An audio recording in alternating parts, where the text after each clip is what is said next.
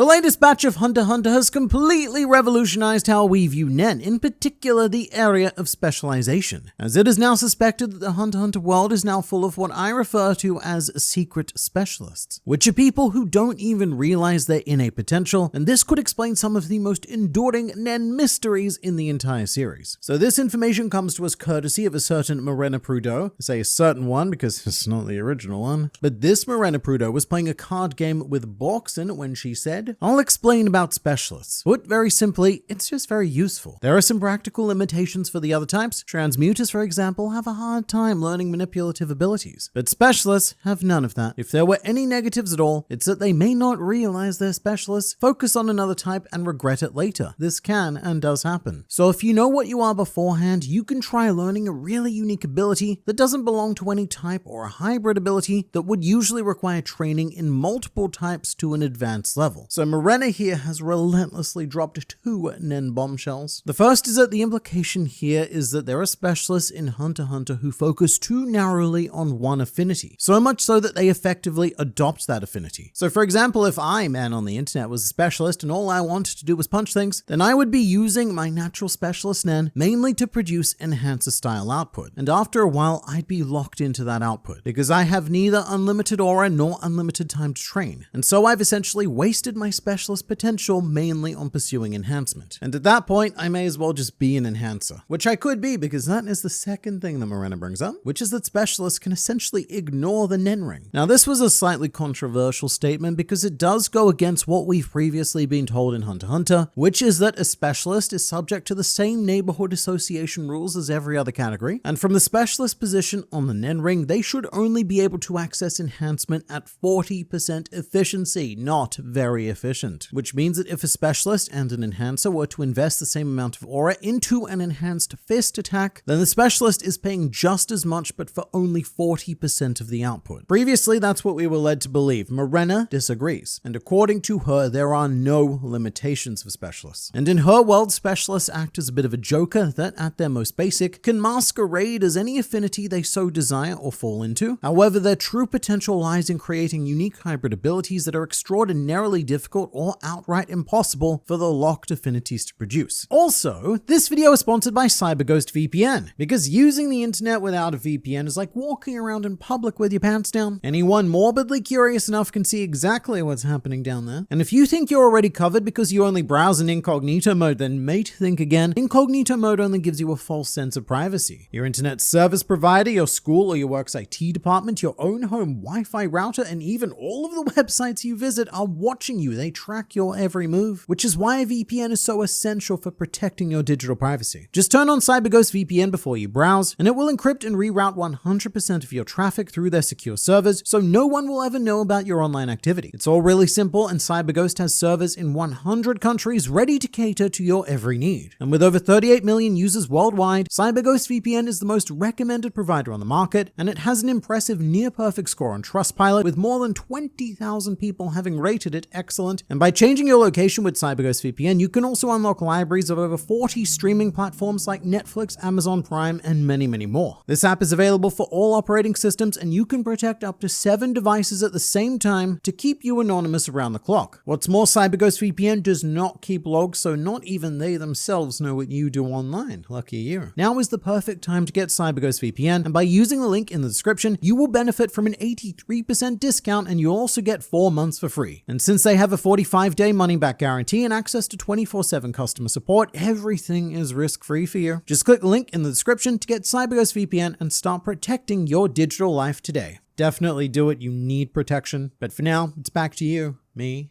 So the first question has to be, who do we believe in regards to this scenario? Because we have two pieces of very conflicting information. Usually in a shonen series, any character's words can be taken at face value, especially when it comes to power systems, because authors generally don't want to risk confusing the readers. However, Yoshihiro Togashi, mate, he is a very special man and doesn't care at all about you and how easy it is for you to comprehend something. And as a result, the Nen power system has evolved over the course of Hunter x Hunter in much the same way that fields of science evolve evolve in reality, which is that a hypothesis is presented, argued, and sometimes accepted as the leading theory until it can either be proven or disproven. And the important thing to note about Nen is that Togashi is very careful to never outright prove something. Almost everything about Nen falls into the accepted theory status. It is very rarely definitive, which is what allows Togashi the versatility and creativity to write his story, his characters, and their abilities without creating outright contradictions. Because if something Nen related is questionable, like, hey, I thought that couldn't happen with that, then it can always be explained away by the fact that, look, we don't know for a fact exactly how Nen functions, and there is still a great degree of mystery to solve. So here's an example of an accepted Nen theory that went on to evolve, which is very relevant to this discussion. For most of Hunter x Hunter, it was an accepted theory that a person is born with a single Nen affinity, and that everyone fits cleanly into one of the 6 boxes. But as it turns out, Nen is actually a lot more complicated than that, and people in Hunter x Hunter can quite commonly be born with dual affinities, which Togashi revealed in this amazing hand-drawn diagram. And for example, Kite, who was previously identified as a Conjurer, is actually a dual affinity user of Conjuration and Transmutation, landing right smack bang between the two. Although you may have noticed that on this diagram, it is even more messy than that, because characters land all over the spectrum, and sometimes in weirdly specific positions like Ikalgo, who is almost a pure enhancer, but is more like 95% enhancer and 5% an emitter. But the very interesting thing about dual affinities is that they're explained by Togashi very similarly to how Morena explains specialization. I mean, I say how Morena explained it. Togashi also wrote her dialogue, so he's explained it twice. But the explanation is that a dual affinity user eventually develops a bias for one category over the other. And furthermore, Togashi explains that over time, placement on the Nen ring can change depending on literally all of the factors of life, including training, environment, mindset, desires, and every other possible thing that could impact and or change an individual. Now, these changes wouldn't be enough for an enhancer to suddenly become a conjurer, for example, because as far as we know, something like that is still impossible. But this does make a lot of sense with Morena's theory of specialists, which is that they have a free travel pass across the Nen network, and so their individual circumstances could enforce and favor them appearing to be other affinities. The greater point is that Nen changes over time, and these changes conflict with the existing framework constructed to explain the outform. But the evolution is still completely consistent with the observable Nen phenomena. And also I should say that nobody in Hunter x Hunter is a 100% reliable narrator when it comes to Nen. Often Nen can also be explained in ways more akin to horoscopes, like Hisoka's identification system, where he flippantly analyzes the personalities of his opponents, or Furikov's system, where he judges people by their physical characteristics and the alleged smoothness of their aura. And sometimes information can even be contradicted quite shockingly quickly. Like when Izunami said to Kurapika that you can't change the affinity you were born with, a statement that is immediately followed up on the very next page, where he says that it's more likely for manipulators and conjurers to become specialists later in life. So apparently you can change the affinity you were born with. And not only that, there's no restrictions to do so. Anyone is theoretically capable of it. It's just that manipulators and conjurers are at the moment statistically more likely to do so, which we can see in, of course, Kurapika, who is a dual affinity user, not just because of the Scarlet Eyes, but because on Togashi's diagram, Kurapika is at the halfway point between specialist and conjurer. And I actually think that what Kurapika has done here is very much evidence to support Morena's hypothesis. And here I'm specifically referring to Emperor Time, which at first may seem like it supports the original view of the Nen chart, which is that specialists are subject to the same affinity restrictions as everyone else, and that's why Kurapika needed to develop Emperor Time in the first place, to push all of those affinities to 100%. But at the same time, Kurapika has, about as objectively as you can, proven that specialists can access every other affinity at 100%. He has proven that it is possible, the only issue is how you go about doing it. The point of Emperor Time is that it gives Kurapika a very quick, very dirty, and very costly mechanism to access those 100% efficiencies. He's shaving off 1 hour of his life for every second spent in Emperor Time. So if Kurapika activates it for 24 seconds, that is a day of his life gone. And that adds up very quickly. But the trade-off is that to use his chain abilities otherwise, he would have had to spend those sacrifice days of his life training each of his affinities individually and collaboratively to reach those advanced 100% efficiency levels. But the fact is that Kurapika can do it, and he's not unique. That's the thing about specialists, they can do whatever the crap it is they want to do. And if Kurapika can come up with a solution to access every other affinity at 100%, then so can all the others. So that's one point of Morena's hypothesis looking pretty damn good. But let's also examine the second and much more intriguing one, which is that there could be a series of secret specialists specialists in the Hunter x Hunter world that don't even realize they're specialists. Because if this is correct, then it could explain some of the biggest lingering Nen mysteries in the series. One of which is the case of Biscuit Kruger. Bisky is stated to be a pure transmuter, and even Togashi's chart labels her as pure of a transmuter as one could possibly be. No dual affinities, no splash affinities, just raw transmutation. And yet, this Bisky has a Hatsu that cannot be explained by transmutation, or enhancement, or conjuration, or emission, or manipulation, which are theoretically all of the avenues that Bisky has access to, and yet this is Bisky's explanation for her body transformation Hatsu in chapter 375. This is how I really am. I don't know how it really works either. Over the years, I wished for a desired outcome and got to where I am through gradual changes. You're not wrong that the mind can affect the body, but the range of Nen abilities isn't as narrow as you think. So this is an interesting situation because Bisky functionally has no idea how this works. But she also understands how it happened, which is the manifestation of desire. When explaining Nen, Izunavi focuses on emotion, stating that joy, sadness, fear, hatred, carelessness, devotion, excitement, doubt, pleasure, shame, determination, all the emotions you're capable of factor into Nen, and it might enable something beyond 100%. And in Bisky's case, one of those core emotions was hatred. When she reverted back to her true form on Greed Island, Bisky was drawn with a visible sense of disgust at her own body. And let's say, for argument's sake, that Bisky was one of these proposed secret specialists. Someone born with the ability to access, mix and match every affinity at a potential of 100% efficiency. Then that would explain how she was able to manifest this ability. Because Bisky may have leaned so far into transmutation initially that it effectively became her affinity. However, due to her powerful desire to be more cute and become more feminine, this is what triggered her innate specialist affinity to slowly manifest that desire into reality. Something I should note is that body transformation and even body manipulation are extremely rare abilities in Hunter x Hunter. You'd think it was quite common because this sort of thing is a fairly basic aspect of a lot of power systems, but it is extremely difficult to change your physicality with aura. And including Bisky, there are less than a handful of examples of this. One of which is Gon taking on his adult form, doing the opposite of what Bisky did, and arguably also dipping into specialization to do so, using the same principle as Bisky's desire, which was the drive of pure emotion. I'm not saying that Gon was originally a specialist. In this case, it could have been the other stated option, which is that all Nen users have the potential to evolve into specialists, even enhancers, which to be fair could be what happened with Bisky as well. But logically, I would imagine that Bisky has conducted water divination since developing this Hatsu, and if that still identifies her as a transmuter, well then that's that, right? Well,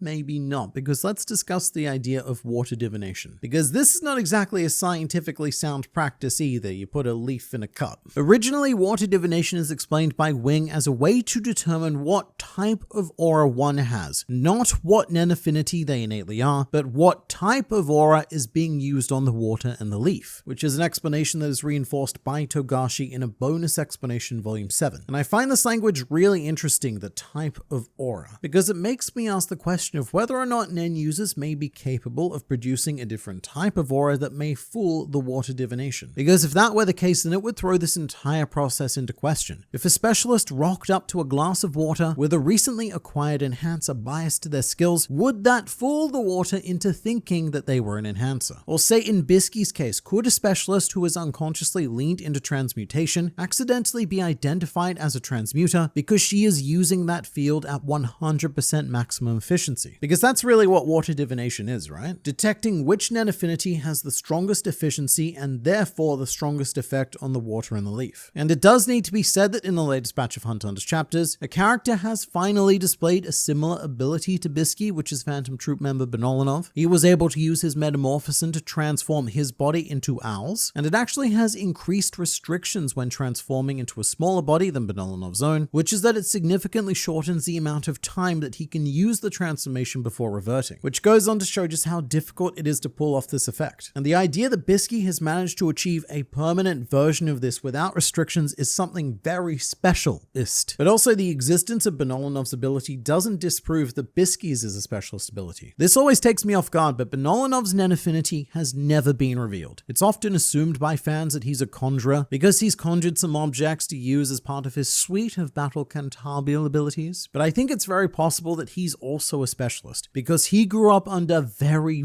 unique conditions as part of the now eradicated Gyudondon tribe. So even if Benolinov can do something similar, until we know his Nen ability ability, it's hard to know how that relates to Bisky's. But like most things with Nen, I don't necessarily think one idea is more true than the other, because right now we have speculation that specialists can accidentally conceal themselves in other affinities, and that other natural born affinities can evolve into specialists over time. So the actual truth of the matter could even be something more insane. Something like every person in this world is technically a specialist, but the conditions under which they grow up, what goes on to form their personalities and everything else, those conditions end up funneling most of them into a locked affinity. Because it's actually not possible to determine a Nen ability from birth, as water divination requires a Nen user to perform Ren. And thanks to Beyond Netero, we now know that even if a baby is initiated into Nen at birth, all it will be able to do is perform Zetsu. So the whole concept of being born with a Nen affinity isn't even something we can test. Nen affinities can only be detected after a person has grown up enough to learn and perform Ren. And by that point, they'll already have a bias installed into them. Which brings up the following. With Morena's Nen affinity pie chart, the temptation is to focus on her findings that only 0.033% of the population are specialists, but I also think it's very much worth noting the results of the other categories, particularly enhancement, which according to Morena is the most common Nen affinity, with an estimated 27% of all Nen users being natural enhancers. I mean, I say natural, is it natural? Or has there been intervention? Could enhancement just be what most people end up falling into because of their personalities, their environment, and their training? Training is especially important in this context because the basic and advanced principles of Nen heavily focus on enhancement, the most basic of which being Ten, the first application of Nen that most people learn, but also Gyo, enhancing the eyes. Furthermore, Shu allows the user to extend their aura to an object to enhance it, and Ryu and Ko are basically enhanced Mega Punches. So the current dominant style of Nen training is almost designed to cultivate enhancers. So is it any surprise that the largest portion of Nen users end up being enhancers after undergoing enhancement training? Furthermore, according to the pie chart, emission is the second most common affinity type, which is also covered in the basic and advanced principles of Nen. The very act of performing Ren is an emissive ability because it is projecting aura, and I would say the same thing for when it comes to using En. To be clear, neither of those are completely separating aura from your body, but it is still projecting. It is a big emissive step. But when it comes to the basic and advanced principles of Nen, students aren't taught transmutation, they're not taught conjuration, they're not taught manipulation. So it should make sense that an estimated 51% of all Nen users are enhancers or emitters. That's just two categories accounting for half of all Nen users, whilst the other affinities all have significantly less individuals, quote unquote, naturally falling into those categories. But look, as with everything, we shouldn't take Morena's fancy pie chart statistics as a scientific fact, but they do fit quite well into everything we know about Nen, which of course isn't just affected by training. Again, it is everything that comes to influence a particular person. And what I would propose is that maybe everyone is born as a specialist, but forget that terminology. Don't think about it for now. In this case, a specialist just means a pure blank slate. But as people grow up, their personal life conditions mold them into one of the 5 categories, and it is an exceptionally rare person who can grow up and maintain that blank slate of potential that we refer to as specialists. And thank you so much again to CyberGhost VPN for sponsoring this video. Don't forget to click the link in the description to get a special discount that CyberGhost VPN is granting to our channel viewers. This application will protect your data while you browse and give you full access to blocked content on the internet for $2.03 a month only. Totally risk-free, so check it out, link in the description.